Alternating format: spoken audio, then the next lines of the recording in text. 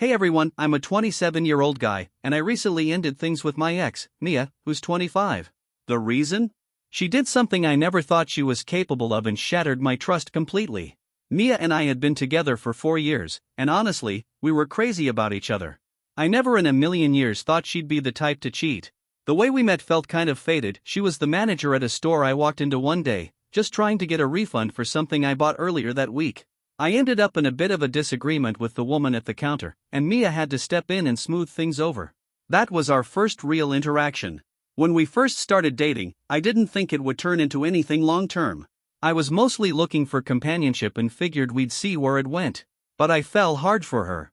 By the time we hit our 1-year anniversary, I was hooked. She was full of life, always made me laugh, and had this way of making me feel seen and appreciated.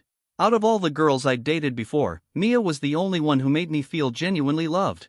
At least, that's what I believed at the time. She knew how to make me feel like I mattered. She was kind, affectionate, and thoughtful. About a year and a half into our relationship, I asked her to move in with me. I wanted us to be closer, spend more time together, and build something real. It felt amazing to finally be in a relationship where love wasn't just mutual, it was deep. I wasn't just on the receiving end either. I made sure to show her I cared. I always reciprocated whenever she did something sweet, and sometimes I'd even surprise her with flowers or send cute gifts to her job, no special occasion needed. I did everything I could to be a good boyfriend. We both had full-time jobs, but we also had dreams. We wanted to launch an online business together before eventually getting married. One of the things I admired most about Mia was her ambition. She wasn't afraid to chase after wild goals or take risks. She could talk about anything and everything, and I loved having those deep, late-night conversations with her. I honestly thought we had a future. By year 3, we had saved enough to finally start the business. We poured our money into it, but things didn't go the way we planned. We ended up taking a massive hit financially. Almost half our savings vanished before we even realized how bad it was. The products we'd invested in weren't selling, and eventually we had to rely on friends and coworkers to buy them at discounted prices just to get something back. After the business flopped, things started to unravel between us. At first, I thought it was just the stress from losing so much money. We were both stretched thin, trying to pick up the pieces and stay afloat. To make ends meet, we agreed to take on extra jobs. The idea actually came from Mia, and even though I didn't love it, especially with how demanding my day job was, I didn't have much of a choice. I started driving Uber in the evenings, while Mia landed a gig as a mixologist at a trendy restaurant in town. It was a high-end spot where wealthy people liked to hang out. Mia had always been interested in bartending and thought she had a knack for mixing drinks, so she was excited when she got the offer. The money was good, too, and like me, she only had to work nights. At first, everything seemed fine, but slowly, things began to shift. The first sign was how little we started talking. Mia used to tell me everything, who she saw at work, the weird or funny stuff that happened during her shifts, even how random guys would hit on her. We'd joke about it and laugh, and I never worried because I trusted her completely. She'd never given me any reason not to. When the communication dropped off, I figured maybe we were both just exhausted. We were working 2 jobs each, barely getting sleep. After we'd get home, we'd eat, shower, and pass out. I thought weekends would give us a chance to recharge and reconnect, but that didn't happen either. Instead, Mia would sleep in for hours, and when she finally got up, she'd be doing chores or laundry. Even when I tried to spark up conversations, she wasn't really into it. Her replies were short, dull, and distant. Week by week, we grew further apart. We stopped enjoying each other's company. It felt like her whole world now revolved around work. She'd leave early for her main job and come back late after her bartending shift. And then the overnight started. The first time she didn't come home, she said she'd gone out with her coworkers to blow off steam and got too drunk to drive, so she crashed at one of their places. I wasn't thrilled about it, but I believed her. I figured it was a one-time thing. But it wasn't. It kept happening. She'd start showing up around 4 a.m., smelling like a brewery. It got so bad she started missing work from the hangovers. Eventually, she had to quit her day job to focus only on bartending. The silver lining? Her tips were amazing. But instead of that helping our situation, it made things worse. I thought that maybe now, with just one job, things would calm down between us. But they didn't. Instead, we started fighting. A lot. And not like before. Mia used to be calm, gentle even when we disagreed. Now, she had a temper. If I made one comment about dinner, like saying the meat was too tough, she'd blow up and refuse to cook for days. Then came the expensive stuff. Suddenly, Mia was dressing like she had a celebrity's wardrobe, designer bags, high-end heels, perfume she'd been dreaming about since our early days. And I knew those things weren't cheap. When I asked her how she could afford all of it, she said she'd gotten a huge tip from a wealthy client and wanted to treat herself. Because I trusted her, I didn't question it. I took her word for it and watched her closet fill up with luxury items. Then came the night everything changed. It was a weekend night, and I was relaxing in the living room, watching one of my favorite true crime shows. My phone battery was almost dead, so I went to grab my charger, which I remembered leaving in our bedroom. Mia was already in bed. She said she had a headache and turned in early. We'd actually had a pretty decent day, and even got a little intimate that evening, so things felt okay between us. But when I walked into the room to grab the charger, I saw she was using it to charge her phone. I leaned over to check if her battery was full, and that's when her phone screen lit up. When I glanced at her phone screen, a few WhatsApp messages caught my eye. One in particular stood out. The sender asked if Mia had received the last gift he sent. Right away, I knew something wasn't right, and I had to dig deeper. I used her fingerprint to unlock her phone and opened the conversation. It turns out the messages were from a popular DJ in our area, someone pretty well known around town. Strangely, there were no messages from her side in the chat history, just a string of texts from him. From what I could gather, this guy was the one behind all the designer stuff Mia had been coming home with. The conversation wasn't long or detailed, but it was enough to spark suspicion in me. I could feel it in my gut. There was more going on than she was letting on. After reading those texts, I was furious. All those weeks of her feeding me lies, and I believed every single one. Seeing her lying there asleep, peaceful like nothing was wrong, made me wonder how many times she had looked me in the eye and lied. And I fell for it like a fool. As a guy, I know no man just showers a woman with expensive gifts out of sheer kindness, not repeatedly like that. If he was sending her that much stuff, it wasn't just friendship. Without thinking it through, I woke her up and asked straight up why she lied. Then I showed her the messages. She sat up slowly and, after a pause, claimed the guy was just a friend. I didn't buy it. My instincts were screaming that she was full of it. The DJ even mentioned something about doing it again, and when I asked about that, she brushed it off, said he was talking about shopping again. Right. The fact that she could deceive me like that shattered me. I didn't even notice when my voice started rising. I was yelling without meaning to. And instead of being apologetic, she shouted back. She called me childish and accused me of making a big deal out of nothing, just some gifts, she said. Then, to top it off, she told me I had no right going through her phone and demanded that I apologize. That pushed me over the edge. I couldn't believe what I was hearing. No remorse, no apology, just blame shifting. I gave her an ultimatum: either return everything the DJ had given her or we were done. I really thought she'd see the bigger picture, realize our relationship was worth more than some flashy presents.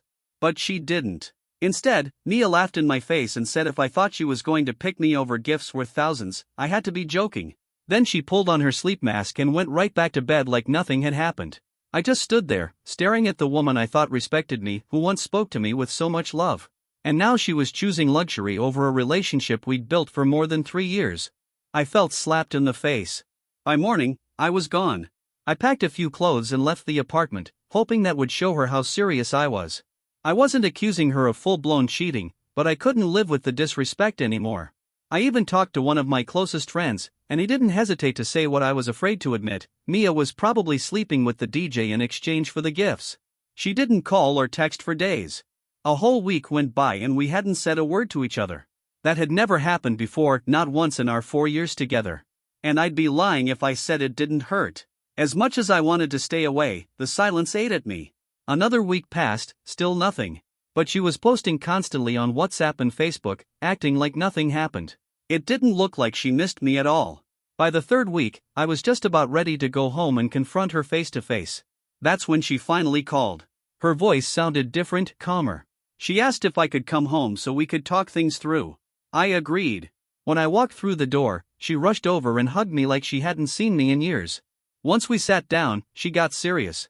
Mia admitted she'd been selfish, foolish, and that she regretted hurting me. She told me she had returned every single gift from the DJ, that she'd come to her senses and realized our relationship was worth far more than anything money could buy. I wanted to believe her. Honestly, I was relieved, overjoyed, even. She promised she'd never lie to me again and said she wanted to make things right. Then she said she had something important to tell me. She went into the bathroom and came back with a pregnancy test. It was positive. The news hit me like a wave, but in a good way. I was thrilled. I'd been thinking about proposing soon anyway, and the idea of having a baby with her made it feel like everything was finally falling into place. We started fresh. Things seemed to get better. Mia was more attentive, more loving, and she actually came home on time. I never checked her phone again, partly because she promised she'd cut off all communication with the DJ, and partly because I wanted to believe her. I focused on getting ready to become a dad and continued juggling my 2 jobs to prepare for the baby's arrival. Then came my 27th birthday. When I walked into the apartment, Mia had planned a surprise party. A few of our closest friends were there. But what stunned me most? She got down on one knee and proposed. In front of everyone. At first, I felt a little awkward, but I said yes. We were about to have a baby together, and whether she proposed or I didn't matter to me. I actually admired how bold she was for doing it. But just 2 days after the proposal, everything changed again. I walked into our bedroom and found Mia on the phone. The moment she saw me, she quickly hung up and pretended she was just doing something casual. Right then, my gut told me she was hiding something. I didn't say a word, I acted like I didn't see anything, then went to take a shower. Later that night, I pretended to fall asleep before she did. Once she was out cold, I checked her phone again. And that's when I saw it, the truth I wasn't prepared for. She had never stopped talking to the DJ. They had been planning everything behind my back. The messages made it painfully clear that I wasn't the father of the child she was carrying. The DJ was. He had told her he wasn't ready to take responsibility for a baby, so Mia came up with a plan. She'd keep me in the dark, let me believe I was the dad, and the DJ would just send her money each month while I unknowingly raised his child. I was shattered. I'd never felt betrayal like that in my life. I packed a bag and walked out without saying a word. I'd been holed up in a cheap motel ever since, just trying to breathe. Trying to figure out what the hell I'm supposed to do next. I don't know how to confront her. I don't even know if I have the strength. Part of me wants to make her feel the pain she caused me. Another part just wants this to all go away. Right now, I'm numb. I don't think I'll survive another week if I stay in this headspace. I'm open to any advice. I'll be reading through all the comments. Thanks for hearing me out. Update 1. Hey again, and thank you to everyone who's been commenting. I was shocked by how many people said Mia was using me. Honestly, when I went back home after she called, that thought never crossed my mind. I went because I still loved her. I didn't want to throw away nearly 4 years of our life together over a few gifts. And I stopped checking her phone because she swore on her late mother's grave that she would never cheat on me. I believed her. Mia had never cheated on me before, at least, not that I ever knew of, so when she swore she wasn't lying, I wanted to believe her.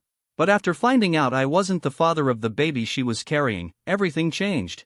She was already 3 months pregnant when I discovered the truth. Now, as I write this, she's just about 5 months along.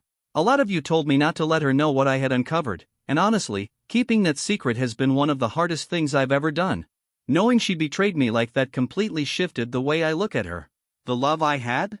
It's gone. The respect I once held for her? That disappeared too. I can't help but see her differently now, like someone who'd gladly spread her legs for anyone flashing an expensive gift. And yeah, that sounds harsh, but it's exactly how I feel.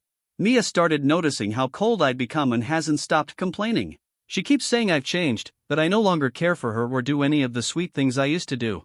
She's right, I don't. These days, I make a point of staying out late and coming home early in the morning, just to avoid seeing her face. She's been overly emotional, and while part of me knows it's probably the pregnancy hormones, I can't find it in myself to care. She could cry a river, and it wouldn't move me. She accuses me of not being ready to be a father and claims she regrets keeping the baby because I'm making everything harder than it needs to be. Lately, she's even started throwing insults over the smallest things. And no matter how nasty she gets, I just sit there, emotionless. I'm over it. Now, I think I'm finally ready to demand a paternity test, not because I need proof, but because I want her to feel the humiliation she deserves. She's already 5 months in, and I plan to walk away when she needs me most. She's stopped working entirely, depending on me for support, while counting on the DJ for money. I can't wait to see how miserable her life becomes when I'm no longer there. I'll share another update after I get the DNA results. Update 2. Hey everyone, sorry for the late update. I needed time to relocate and get myself together before I posted again. In my last update, I mentioned I was going to ask for a paternity test, not because I had any doubt, but to give her a taste of the pain she caused me. I never directly accused her of cheating because I knew she'd lie and try to twist things. I told her I wanted the test to be certain I was the father, and like clockwork, she flipped. She started saying I didn't trust her, that I'd let stuff I read online poison my brain. Then came the guilt trip. How could I, after everything we'd been through, even suggest she cheated? She started crying like a child, full of drama. If I hadn't read those messages myself, I might have actually felt bad for asking. But I kept calm and let her rant. She accused me of not wanting the baby, said I'd be a terrible father, and kept flipping the blame back on me. After sitting through her whole show, I told her again, point blank, that we were getting a paternity test. That's when she snapped and started hurling every insult she could think of. The truth is, she had no idea I already knew. I wanted her to break. I wanted her to squirm. And that night, once she went to bed, I packed up my things and left. I scribbled a short note and left it on my pillow, just a few words to let her know I wasn't fooled. I told her I knew I wasn't the father and wished her a miserable life. The next morning, she called. Begged me to meet her so we could talk like adults. I shut that down quickly. I told her it was over. She cried on the phone, and then admitted something that made my skin crawl. She thought I wasn't the father, but figured if I spent enough time with her, I'd bond with the baby anyway and become the dad emotionally. She said it didn't matter if we were related by blood because I was a good man. That was one of the most ridiculous, twisted things I've ever heard. Before hanging up, I told her to go back to the DJ and raise their child together. But then came the real shock. She told me the DJ wasn't even in the picture anymore. Turns out, he wasn't the only one. There were others. At least 4 different men, all of them taking her on shopping sprees on different days. The DJ had heard rumors about her messing with other guys and eventually got suspicious. He did his own test, and guess what? He wasn't the father either. In the end, she was desperately trying to find someone to pin the pregnancy on. I just happened to be the one closest to her. And when I caught on, her entire plan unraveled. I blocked her number and warned her to never reach out again. She tried getting mutual friends to talk to me on her behalf, but once I told them everything, they wanted nothing to do with her either. Now she's alone. No friends. No job. No money. And no one to help her raise the baby. She tried fitting into some fancy new lifestyle, playing games with everyone, including me, and it backfired. I'm just grateful it ended now, before I ended up raising a child that wasn't mine, only to find out the truth years down the line. To everyone who supported me, gave advice, and helped me see things clearly, thank you. You really are the best.